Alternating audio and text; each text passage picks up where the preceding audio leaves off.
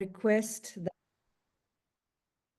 that as we go forward, please make sure that your mics are on mute so that there's no disturbance while we hear the panelists speak.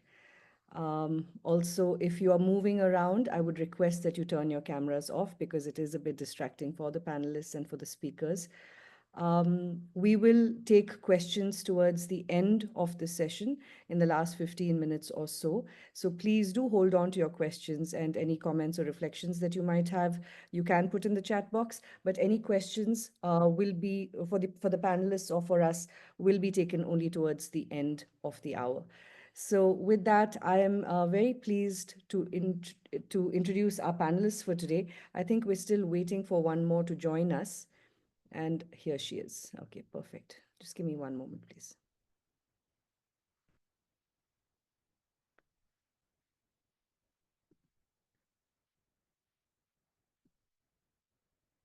Nihala, if you're here, can you please turn your camera on and also your mic so that we can do a quick check?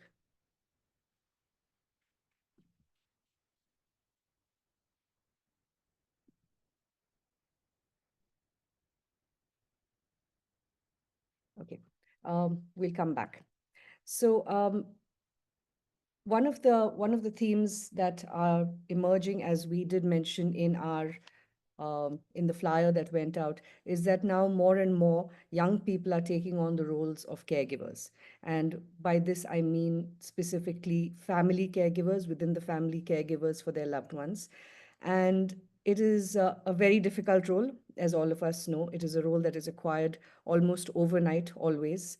And we're here to really listen to the voices of folks who have been engaged in this kind of caregiving for a very long time. And I want to just mention that this event is being co-sponsored by Nivarna and by the International Association of Hospice and Palliative Care, who are also both very deeply invested in this issue. And towards the end, I will also invite Dr. Parth Sharma from Nivarna to add some of his thoughts and inputs to the ongoing discussion. Okay, to start off with, I'd like to introduce you to two of our panelists. I will introduce you to the third when her camera comes on and she's able to turn on her mic. The first panelist I will introduce you to is Najwa. And Najwa and we had a long conversation the first time we spoke, and she told me about her caregiving journey, and I'm going to invite her to tell you about it. Najwa is an educator and a social impact professional with expertise in designing and implementing context-specific programs, community engagement, and relationship building. Her work with governments and nonprofits has focused on education, leadership, and workforce development and sustainability. So, Najwa, to start us off, I would really love to invite you to tell us a little bit about your journey, about what caregiving has been like for you, and what are some of the challenges that you have faced along the way. And of course, in the discussion round, we will take a deeper dive into some of those key issues. Thank you, Smriti. Hello, everyone. My name is Najwa. And I've been my mom's caregiver for about 8 years now.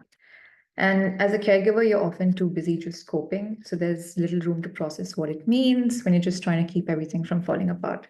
So I'm really grateful for this opportunity. It's helped me pause, reflect, and really consider how caregiving has shaped my identity, my choices, and possibly my future as well, to some extent.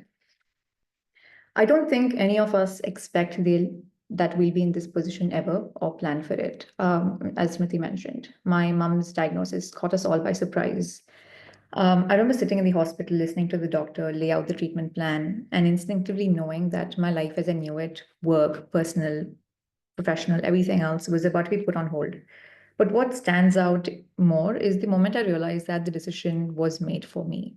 I watched my dad break down and be at a loss for words when consulting the oncologist, the person I relied on to help me make decisions for 2 decades, unable to process what was going on. And anticipatory grief and loss can paralyze you. I, on the other hand, was very good at bottling my fears and emotions. So I did just that and started making decisions. There was no time to process what this would mean for me as an individual. It just sort of began. And so the way I look at it, caregiving isn't just about managing appointments or administering medicines or the logistical aspect of it. It's emotional labor. It's being the crisis manager, the emotional anchor, the default decision maker. And for me, it began in those hospital corridors when I stepped up, not allowing myself to grieve because I had to hold space for everyone else's grief and pain. That was almost a decade ago. And at first, I believed it was going to be temporary. I told myself it would last 6 months, 8 months maybe, just until she recovered. But then came the relapse, and then another, and then another, and I realized this wasn't a phase. It was my life now. It wasn't going to change. So I tried to find balance, tried to rebuild a sense of normalcy, get back to work, see my friends, carve out space for joy. But caregiving changes you to a point where you can't recognize yourself.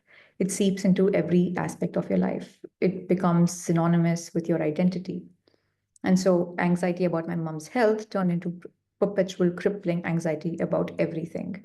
My need to control her care bled into an obsessive need to control every other part of my life. And because so much of my identity got wrapped up in being needed, I ended up chasing that sense of purpose everywhere. So I ended up switching careers from finance to social impact. I never was a fan of my finance job, but also witnessing the disparities in healthcare access up close, combined with a deep seated need to do work that meant something, made it clear that if my work wasn't helping someone, it was pointless and purposeless. But wanting to make that shift was not easy. Like while my peers were focusing on promotions, relationships, and personal milestones, I was busy reading medical research papers, reports, and filing out insurance claims. So I had very little time for myself. When I finally decided to take time for myself to pursue my master's at my dream university, I should have been ecstatic and happy. Instead, I was drowning in guilt, fear, panic. Even as I packed my bags, a voice in my head kept asking, am I abandoning her? Am I being a horrible daughter? What if something went wrong while I wasn't there? What if I'm too far away to try and fix it? And I don't think I trusted enough people to share this responsibility with. My sister is a doctor, and is obviously a better person, more equipped to deal with this than I am. But even then, I was like, she's probably busy with her work. She's busy taking care of other people. So I don't think there came like I was not willing to trust her with that as well. So there's a quiet resentment that creeps in when you realize that your life no longer feels like your own. On most days, I'm the loving, caring daughter, caregiver, whatever, it's all the same thing at this point, right? But there are moments when I'm consumed by an anger that seems out of place. I'm angry at my mom for needing me, at life for dealing these cards, at myself for making the choices that led me here. So I start resenting the person I'm caring for as though they made the choice to go through this excruciating pain and suffering for a decade. The anger clouds the judgment, makes me forget that their suffering, despite all my efforts, remains real. And then the guilt creeps in because how dare I complain when she's the one suffering, right? It becomes a cycle of endless conflicting emotions. I think the anger stems from the loneliness that comes with caregiving. It's an isolating experience. Others see the strength, but few truly understand the exhaustion, the self-doubt, the grief that accompany it. And you don't have the time to process it, or the sacrifices we make about our well-being, relationships, career, pretty much every aspect of our life. And more often than not, we don't have people who understand the emotional and mental toll. After years, I fortunately have that community, that support system who are there to hold me, push me, and listen to me. People who remind me that I don't have to do this alone. I think every one of us needs this. I've come to believe that the phrase, it takes a village to raise a child, should be expanded to caregiving at any age. It's not just about raising children or caring for children, it's about caring for anyone who needs us, whether young or old. We can't do it alone, and I don't think we should have to. Najwa, you have really set the tone for this conversation today. And I really want to thank you from the bottom of my heart for not just telling us about this journey in a very, superficial way, but taking us to some very difficult corners and spaces. It is not at all easy to openly talk about the negative emotions that are involved with caregiving. We come from a culture where it is extolled as a virtue, that we are elevated in the service of others, that it is our duty, that we must look after our family members, which certainly it is. All of those are true. But what we don't talk about as much is all the, like you said, the loneliness of caregiving. you can be surrounded by a massive support system and still feel utterly lonely in that moment, or in that time doing what you're doing. I'm going to come back to some of the points that you made, which really resonated for me, and I'm sure has resonated for everybody here. But I really want to just thank you for setting the tone so beautifully, and actually really giving us permission to think of all these really difficult emotions that are involved with caregiving. So thank you very much. I'm going to move on now to our second panelist, and he is Nishant Singh. And Nishant is quite an accomplished young man himself. And Nishant is he leads the design and development of global philanthropic institutions and ecosystems, leadership and collaboratives, and multi-stakeholder projects with governments, multilateral agencies, and the private sector. He also serves as a member representative in the Impact Action Council of Philanthropy Asia Alliance. He's been a Fulbright graduate scholar at Harvard, a Salzburg Global Fellow, and a Young India Fellow at the Ashoka University. With all of this, he is also an only child and full-time caregiver to his father.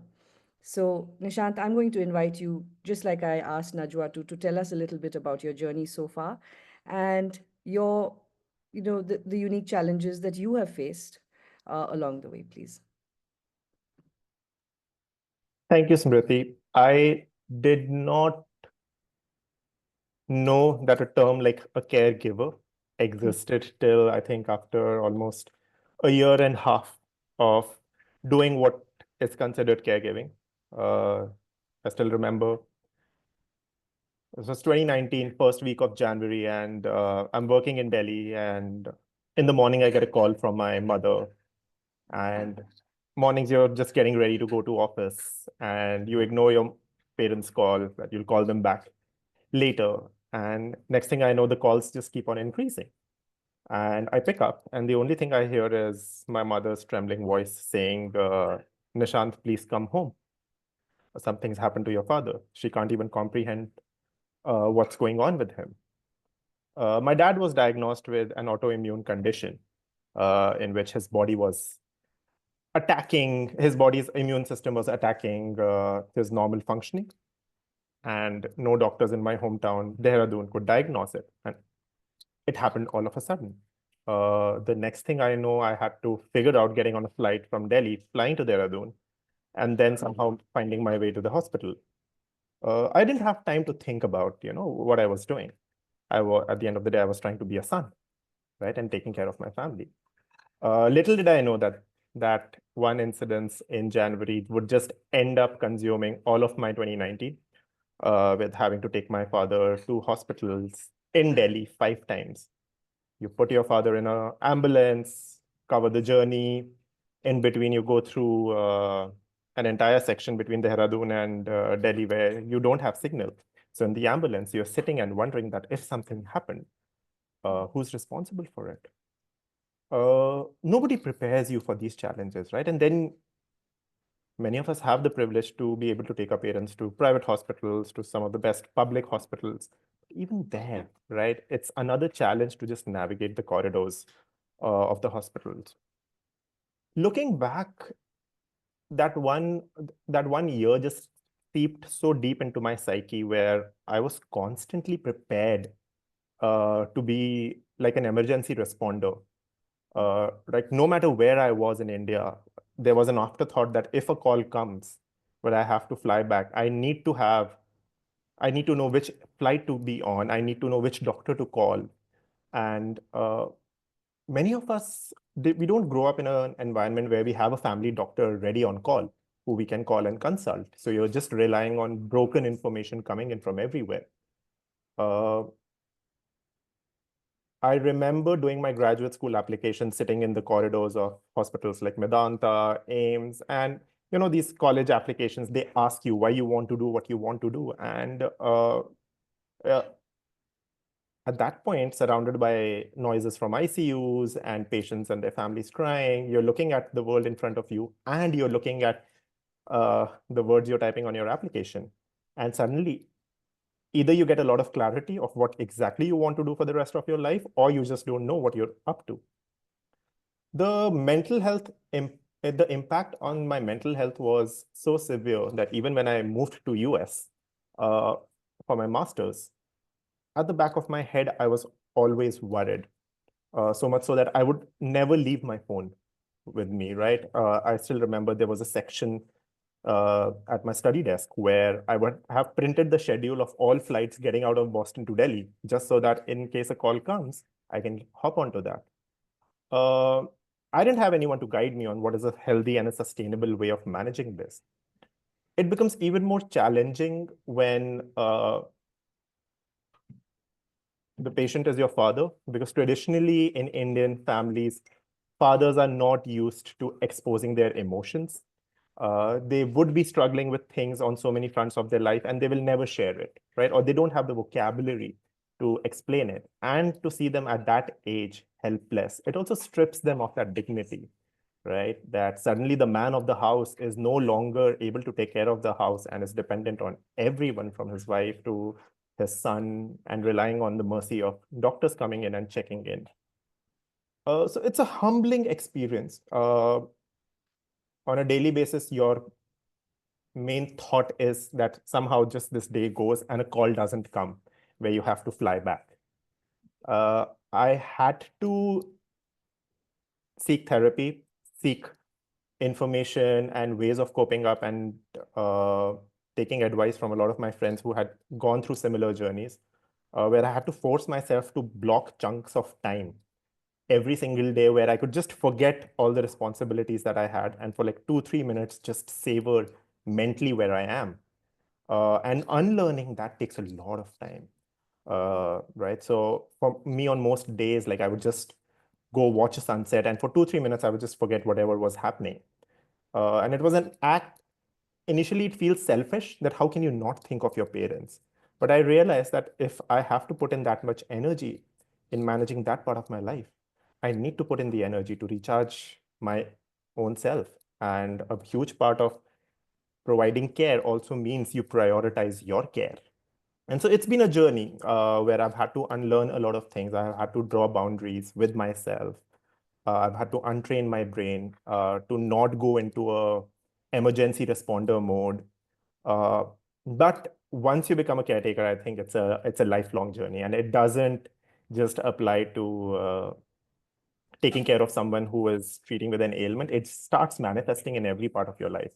How you're taking care of your team, how you're taking care of the people who depend on you. So your desire to show up first, it's always paramount, and you have to learn to distinguish whether it's coming from a sense of caregiving or it's coming from a sense of duty. Uh, in all of this, just having friends, confidants, mentors, uh, people at work who understand the responsibilities you have behind your accomplished resumes and CVs. That's very important, because you live your life at the end of the day at your home and not on your CV. And to make sense and peace with that yes, some people may not have the privilege of, may not have these responsibilities, and so they can put in more effort in whatever they are doing.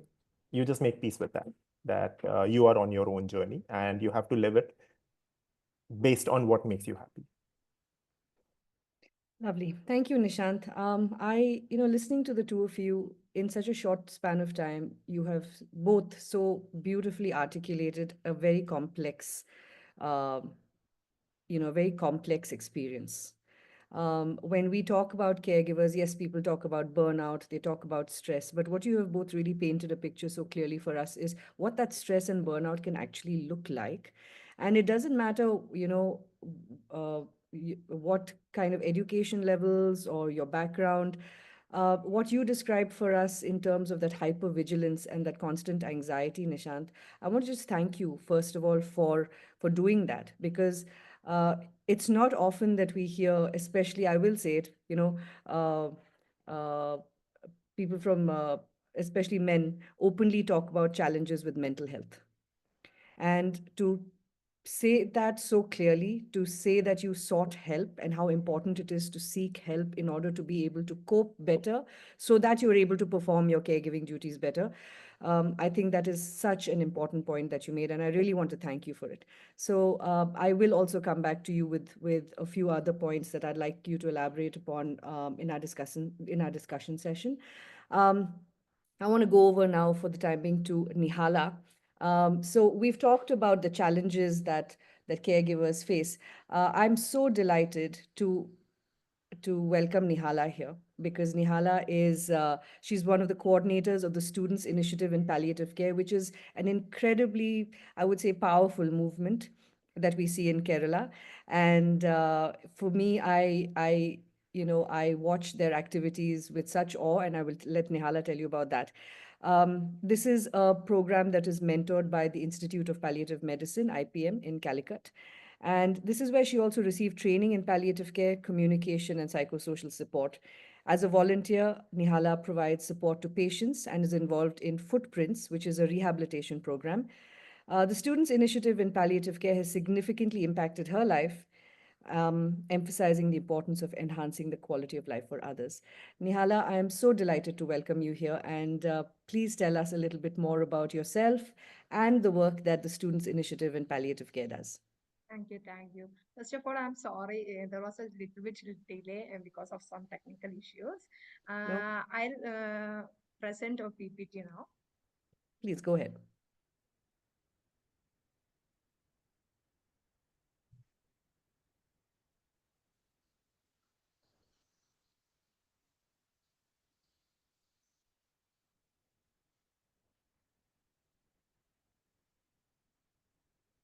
Is it visible?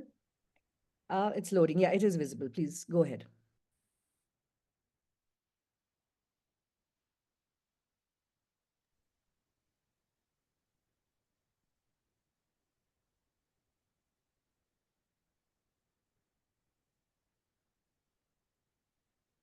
Yes, you can go ahead.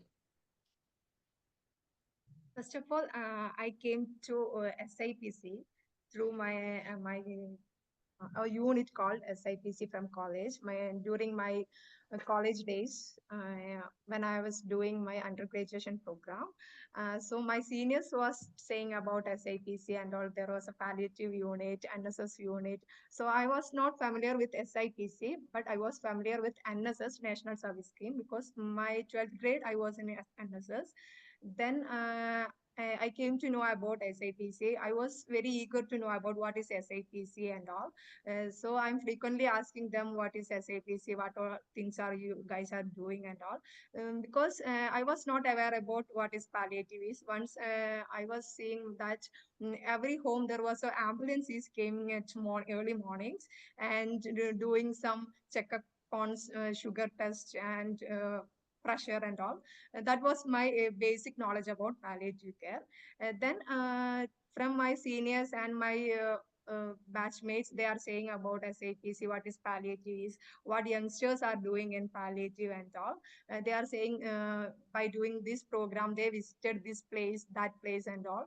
And then slowly I studied about what is SAPC is, what is palliative care is. Then I thought that yes, I want to do this and I want to be the part of SIPC because as a youngster, it's our responsibility to the part of this society. So I thought like that. Then I understood this SIPC unit and then later I understand that this is not only a small unit or something else that from this unit there is no grace mark but lot of students are into SIPC. So then first I started to enter an IPM. There was a basic training program. It was a 3 hours basic training program. What all things we want to do by communicating with the society and all.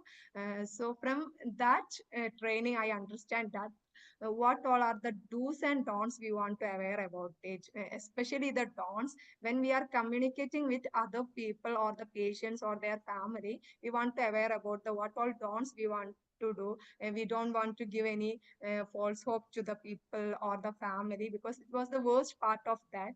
Because whenever we are saying that these people will come on this time, this day, they are waiting, eagerly waiting for us. So that was a magic for me. That was an experience for me when I'm visiting a patient from my psycho, when I'm doing the psychosocial support course. At that time, I realized that there was a mother. Now she's passed away, but at that time, I used to say that her, I'll come every week at Saturdays. I used to visit you, and there was a fixed time at evenings, because I was doing my PG at that time, my post graduation. So after completing my college, and I come to visit this lady. So once I frequently used to visit her. Once I just get 5 minutes late, then she used to call me and ask, "Why are you late? You are not coming here or not?" She was very worried about that. That time, I felt that this is the thing, because I was a stranger for her, but now she is considering me as a her family part, and I realized that how she is important for me, how I'm molding myself, what's my time, meaning of my time I'm giving to her, and the presence of her, she is making happy me, making me too happy. So that was my best experience in my life. When I am entering to SIPC or palliative, I I realized that what's the need of this. Then later I understand that I visit I am used to visit this lady because of the psychosocial support course. There was a psychosocial support course under IPM. It was a 6 months duration course. It's a course, so it has some mandatory rules. We want to visit 2 patients in a week, and we want to update it to our mentors. And later we have a monthly meetings for classes, lectures, for what are the things we want to do for the next month. So like that it's going. And every week we used to meet the people who are in a group, and mentors are giving some instructions, what all things we want to do. Like that, during the discussions and the planning, we are going to implement the interventions and all. So this lady was a paraplegic patient. So yeah, this is a picture of our weekly meeting. And then this lady was a paraplegic patient, but she was not with her close people, or cousins, or daughters, or sons, and not with them. She was with her distant relatives and all. So they are considering her as the person who is not needed for them. She's like a burden for them. Then later I understand what's the role of me. Because usually we are seeing this palliative as the medical team are doing lot to it, because palliative means community involvement. But nowadays I think the more people are from the medical field, not from the other field, or the community. So I understand that what's the role of me, the psychological support or emotional support that the person and their family is needed. Slowly, the family started to accept me. There was a kid, she started to waiting for me, and the whole family started to waiting me and my friend.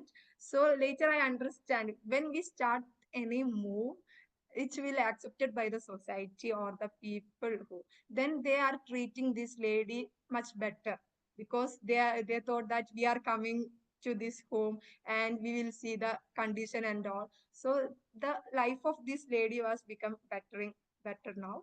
And then, but there was some issues that was there, because the family is treating, cleaning the lady and taking bath and all. We told them that we will support you and all, but they are not ready to accept that. But I used to, whenever I go in there, when she is uh, not clean, I'll help them to clean her, and cutting her nails, washing her face and all. So that was a basic thing. think it's not a big deal because it's a basic things, no. The caregiver who was in that home she was pregnant at I think she was carrying 8 months at that time, but she's taking care of this lady. So it was little bit difficult for her, but she's treating her well.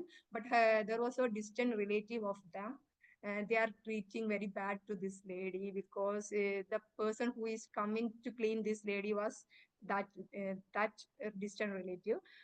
So later I told that if you want to clean this grandma, I'll come and I'll help you.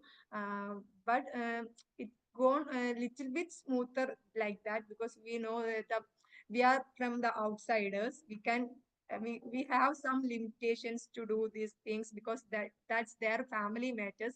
Whenever we enter to this thing, it don't make any complications for them, no.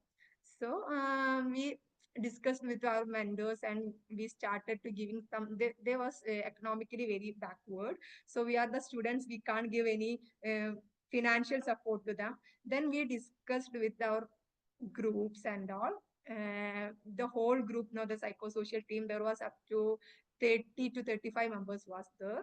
And so we discussed what we all together we can do for this lady. Then the IPM is supporting them with basic needs at monthly and all, because they are giving some food kits to them. Then we started to update them what all the sick and all are going in this lady and all. If she is sick, once her leg, there was a burn, little burn, because she was a paraplegic patient. She's not moving. She's very lazy one. So she didn't do any physiotherapy. Physiotherapy suggests some exercise and all. She's not ready to do that. But she's sometimes she's making some troubles because she every time she used to say she want to move to another place. They are not taking care of her well. But I understand that it's her myth that because when she moved to another place or something like old age and all, they will take care of her more better than these people. But the lady who was caregiver, she was pregnant at 8 months. She was taking care of her very better because her conditions was not very much good because she was 8 months carrying lady. But who was the caregiver? She's taking care of this mother very well. So later we made that slowly we made that the bond between the patient and family become more stronger, and they are very intimate together, and they are giving some time to her, and they started to talking each other and enjoying their time. That make us some intervention because we didn't want to give anything and all. We are giving some small financial support to her, because we are the students. We can all together we can give small help for them. Otherwise, I found that the main intervention was the bond between the family and this lady was become better. So that was a good thing. Later, I completed that course. I didn't used to visit her weekly. I used to visit her whenever I get whenever I get time. I used to visit her. The next batch will continue with this patient, and that was continued by the up to the fourth batch. Now before 2 months I used to visit her. At that time she was very okay and she was very cool. But during Ramadan I can't visit her because this place is little bit far away from me. So at that time, the last week, there was a sister from IPM. She informed me that she was passed away before 1 week. It was sudden death. So at that time I was little bit shocked because she was the first patient who I used to visit at home visit. So that was little bit hard for me. But but from IPM, I told you, know, that during this, I was a volunteer from IPM or SIPC up to, I think, 7 years. So through this journey, I learned that how to mold myself, and that is the reality. So we should accept it. because it's a reality. We want to make the last time of this person or any person, give them better life. We can support for them. That's the only thing we can do for them. So that was the journey to me to Thank you. SIPs. Thank you, Nihala. Thank you so much. I'm just, as always, so inspired by the initiative that students have taken. If you can just stop sharing the screen, I'll come back to this in a minute. Um, so, yeah, the idea that as a student community, you have all taken this up. And it is not just,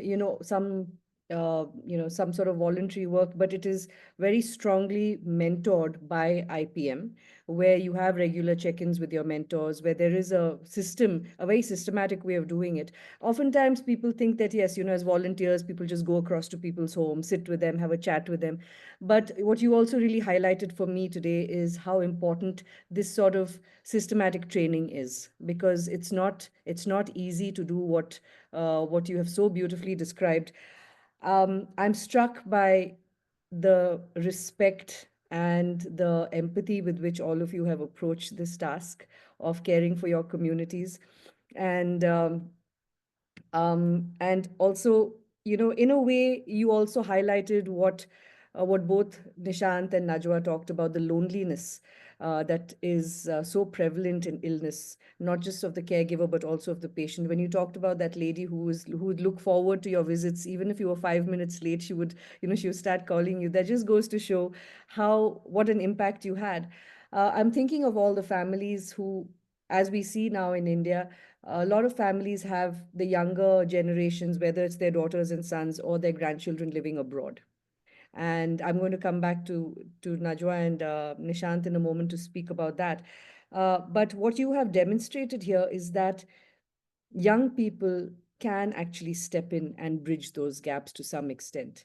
You said something which is, I want to just go back to it. You said, what I did was very basic, it's no big deal.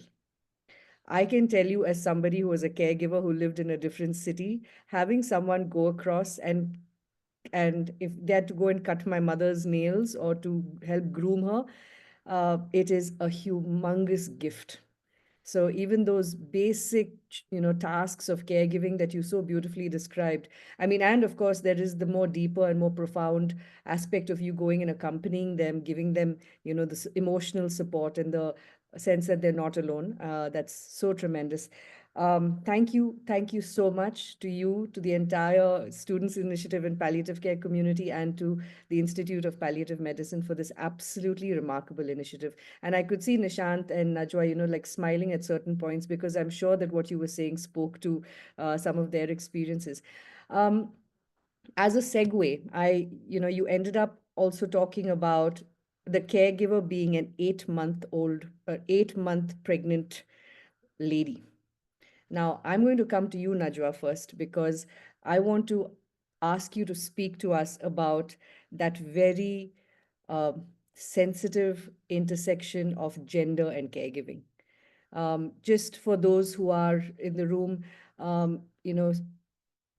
evidence shows us that over 80% of caregiving work is done by women across the globe. So, Najwa, I want you to please talk to us a little bit, speaking from your experience perhaps, but also I know that you've looked into this issue quite deeply. So please. Thanks, Smriti. I know we've spoken about this before, and I've also spoken to a few other caregivers. So I know it's deeply personal for each of us. Each person's experience is different. It stems from the medical diagnosis and treatment plan, which is never the same for two people. So I don't want to compare people's individual experiences, and neither do I want to generalize and say caregiving is usually less work for men, because again, everyone's experience is different. But I think caregiving is fundamentally different for women, and there are two parts to this.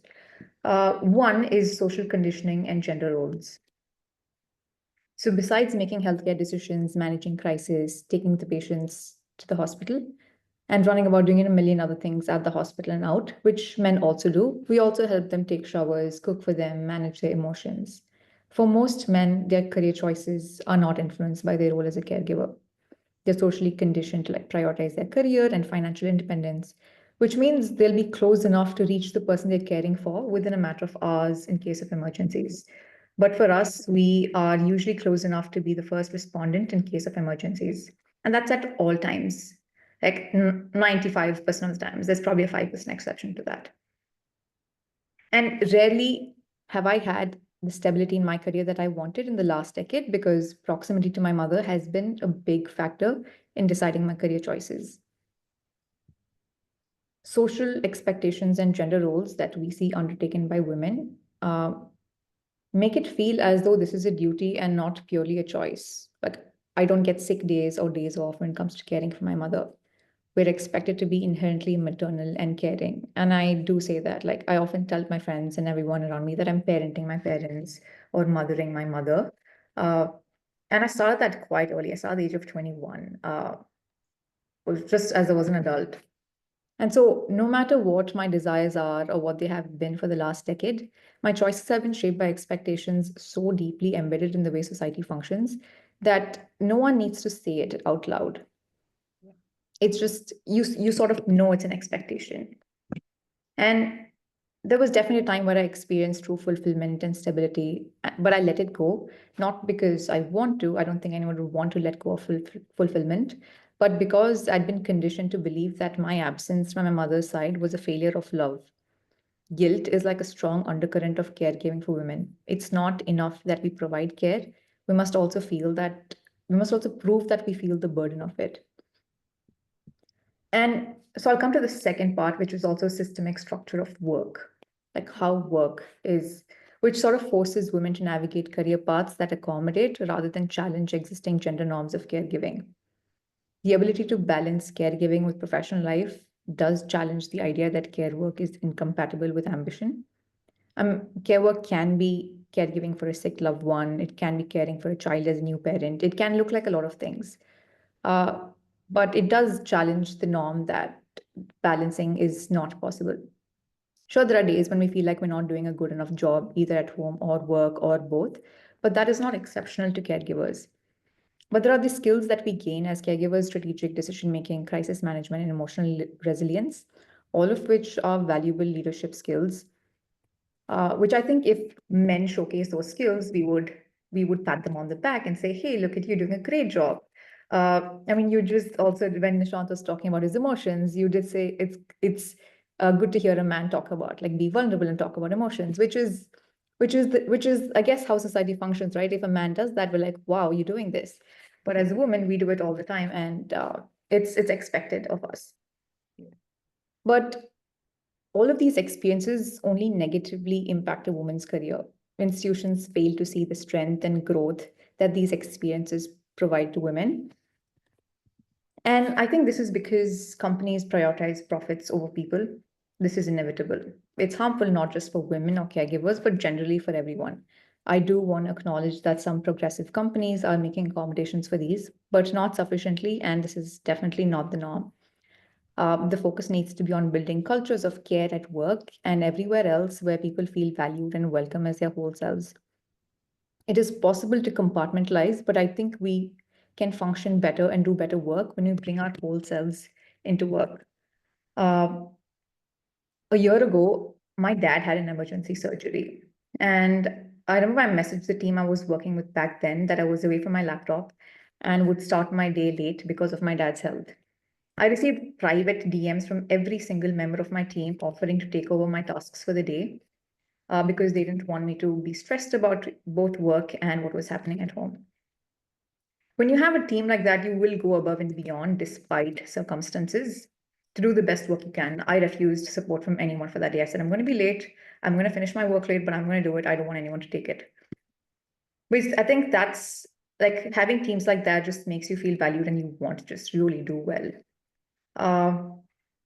But unfortunately, that is rare. And instead, we have people like Mark Zuckerberg who call for more masculine energy at work. Yeah, but so I guess what if institutions really valued caregiving not as a deviation from ambition, but as a demonstration of it? Until we change how we view and support care work within families, workplaces, policies, women will continue to make the impossible choice between duty and self, between love and autonomy. between family and career. And the question is, do we have to? Why do we have to? I refuse to do it, but it's hard to when systemic structures are designed that way. Oh, you've given us so much to think about, and I'm glad this session is being recorded because I feel like I'm going to go back and also unpack some of those things that you said. I appreciate very deeply the reframing of caregiving as a way of also honing these skills that are very strong leadership skills of strategic planning and time management and making, decisions on the fly that are actually life and death decisions sometimes. And I really appreciate you for framing it that way. And I do hope that, companies do take cognizance of that. I wish we had more time to go into some of the other nuances that you touched upon, but I also want to just given that we have just 15 minutes left, I just want to come back also to Nishant and Nihala. Nishant, I know that very briefly, I want you to respond to two points. One is in our conversations, you told me how it has impacted not just your career, but also your personal life. And I would like you to speak a little bit very briefly about that, but also in your experience of navigating the healthcare system, how are caregivers quite systematically, I mean, it's almost like, the system is going out of its way to make things uncomfortable for caregivers in a hospital setting. So those two things, if you could just briefly touch upon, and then, I can go across to Nihala and invite Parth. Thank you, Nishant. Please, mic is yours.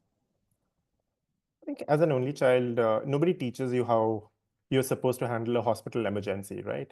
Nobody teaches you things like how do you call a hospital? How do you put on an oxygen cylinder? How do you sign a llama form? Right? Those are experiences that you have to pick up on your own. As you're going through that, right? Like your fight or flight syndrome is taking over and you're just doing things because you're just thinking of what is the next thing I need to solve for. And when you've done it long enough, you don't realize, if you don't give yourself a break, you don't realize that a lot of these things, they seek deep into your psyche.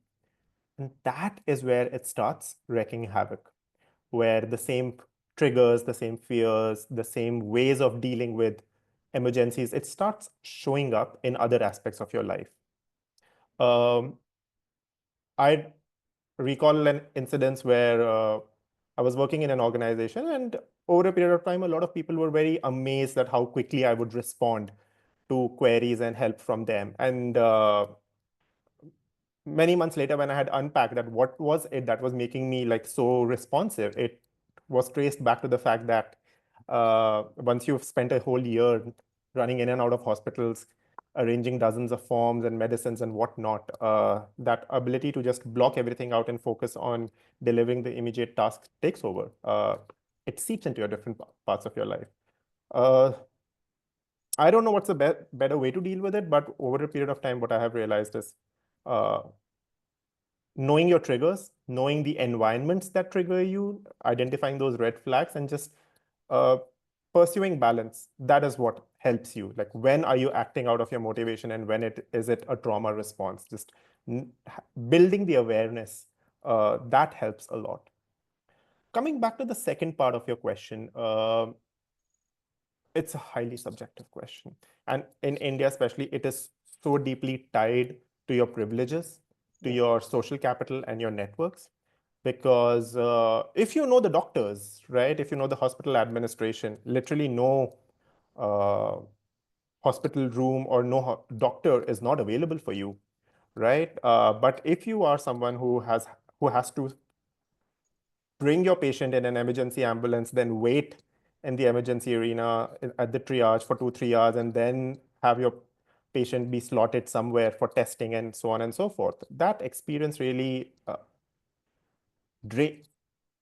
it's very humiliating. And every single child, they can't see their parent, especially with the kind of education all of us aspire for. We want to see our parents be safe and be protected. And yet, to see the parents go through that experience, it makes you question that you haven't done enough.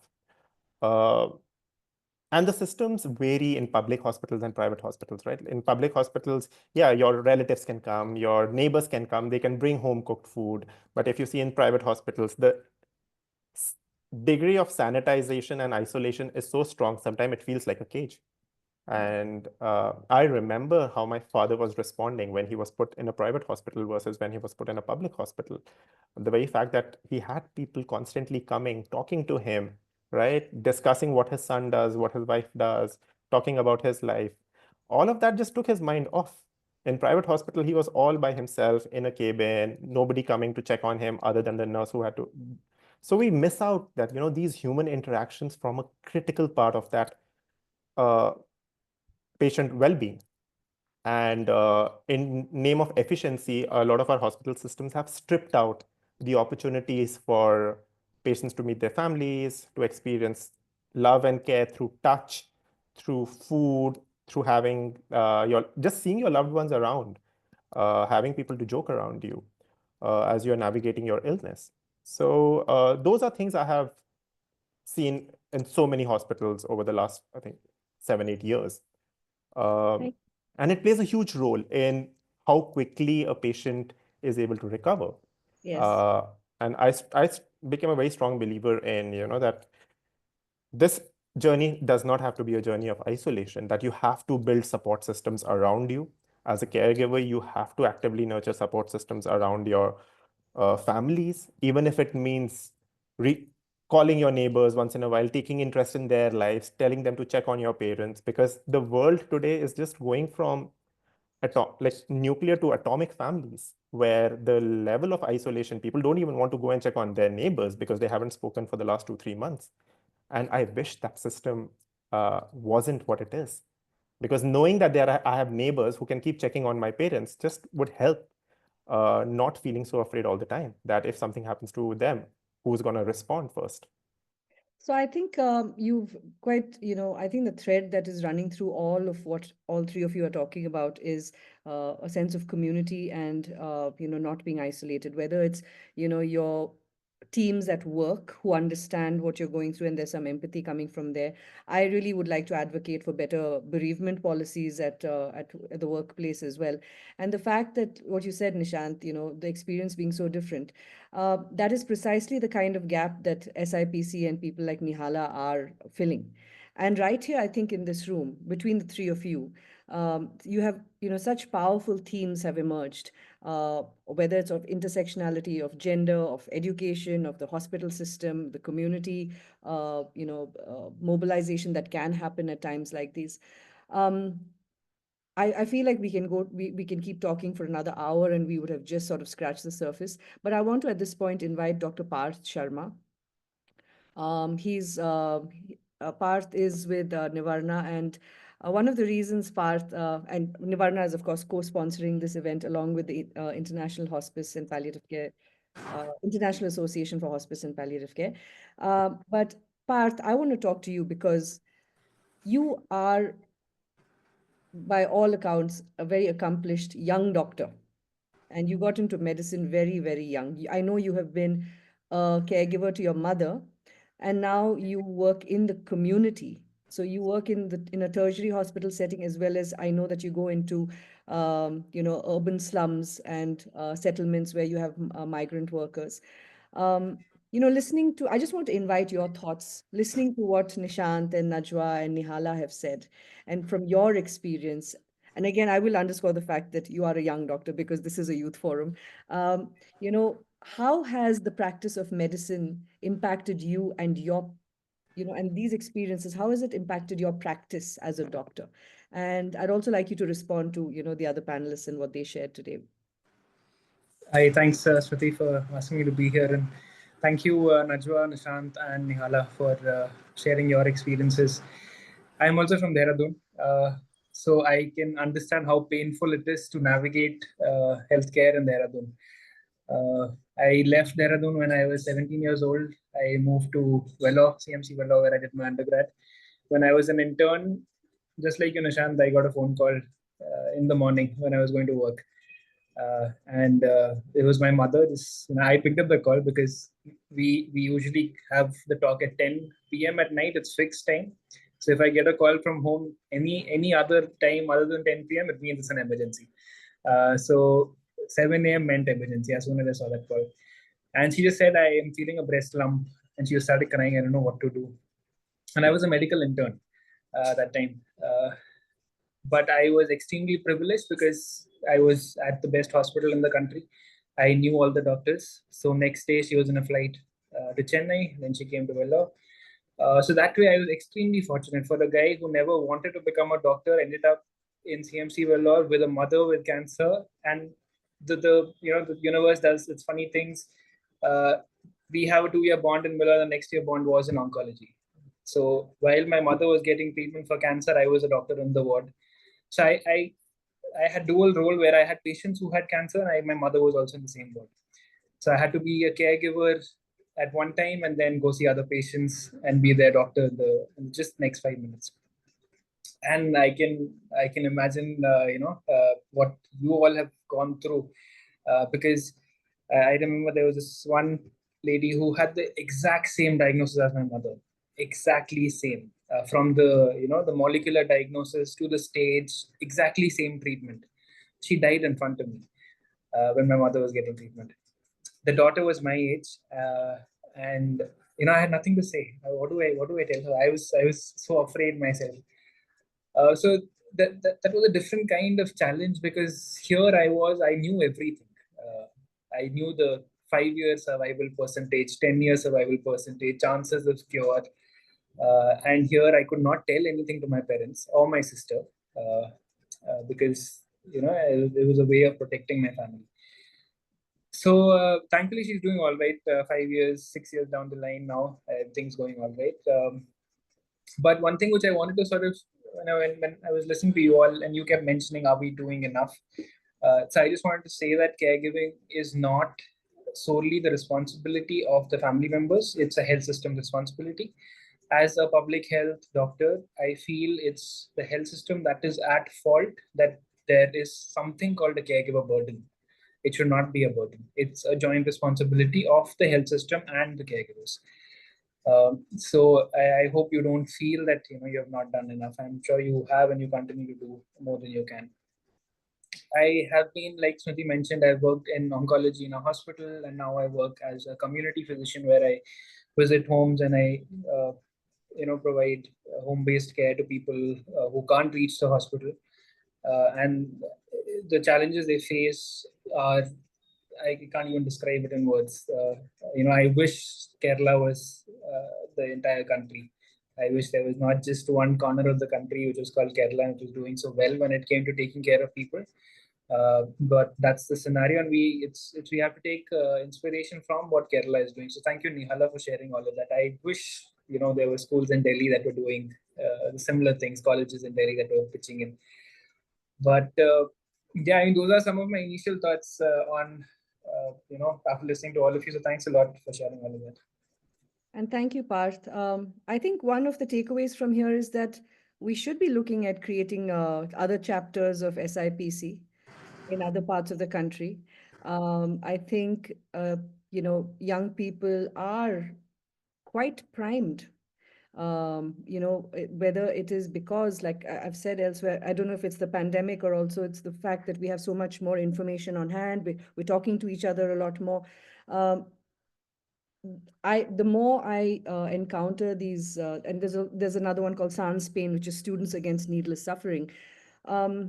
There is an immense amount of motivation to do something like this. So Nihala, I will also invite SIPC to maybe talk to some of the other chapters. We can create chapters in different parts of the country and do this absolutely remarkable work that all of you are doing. And I would really want to thank you for showing the way, and with so much with so much clarity of thought, that it's not, and I couldn't underscore this enough, it's not just about going in there with a big heart and no skill of having the conversations correctly, giving, sometimes we think that going in and listening to somebody and saying it's going to be okay is the right thing to do, but it's not. We end up giving false hope to people. We end up completely mismanaging expectations. So that training is so vital. That training and the mentorship and the constant hand holding is so very vital. And I really want to thank you, Nihala, for highlighting that so beautifully. Unfortunately, I say this, unfortunately, we're out of time. This was meant to be a 90-minute session. We were asked to bring it down to 60. you can write to us. You can write to Pallium India. You can write. Well, I can put in my email in the chat. I'm really sorry we didn't have time for any interactions, but I'm sure that what the panelists shared was so rich and it's so enriching that we took away a lot. Kathoon, it's great to see you here. Kathoon Pettis is the Global Advocacy Officer for the International Association for Hospice and Palliative Care. So, Kathoon, I'm going to let you have the last word today. Oh, thank you. Talk about an ambush. I was listening very carefully to the whole webinar, and as I put in the chat, we're very, very proud to be co-sponsoring this, and well done, all of you. I'm a caregiver. I have been to both my sisters and other people as a hospice volunteer, and I was privileged to spend time in India with Pallium India. So I'm just really, really pleased that you're addressing this really important topic. And I was just on a webinar this afternoon with the UN Older Persons Division, because they're working out standards for the care of long-term care. And there was a lot of people talking about standards for unpaid and family caregivers. So that'll be important for you to get involved in too as an ECOSOC organization. Thank you, Kathoon. I am leaving this hour feeling optimistic. The kids are all right. And I wish Nishant and Najwa, so much strength. And I'm sure a lot of people, you've moved a lot of hearts today. So even if they couldn't respond to you directly, I wish you and your parents the very, very best in this journey that you're on. And to all of you who are here today, thank you so much for your time. We deeply appreciate your presence. And do write to us if you have anything more to say. This has been live streamed on Facebook, and the recording will be made available later for those of us who want to come back and revisit some of the most, some of these absolutely beautiful points that everybody made. So thank you very much, and good evening from India, and be safe wherever you are, and see you again sometime. Thank you. Thank you. Thank you.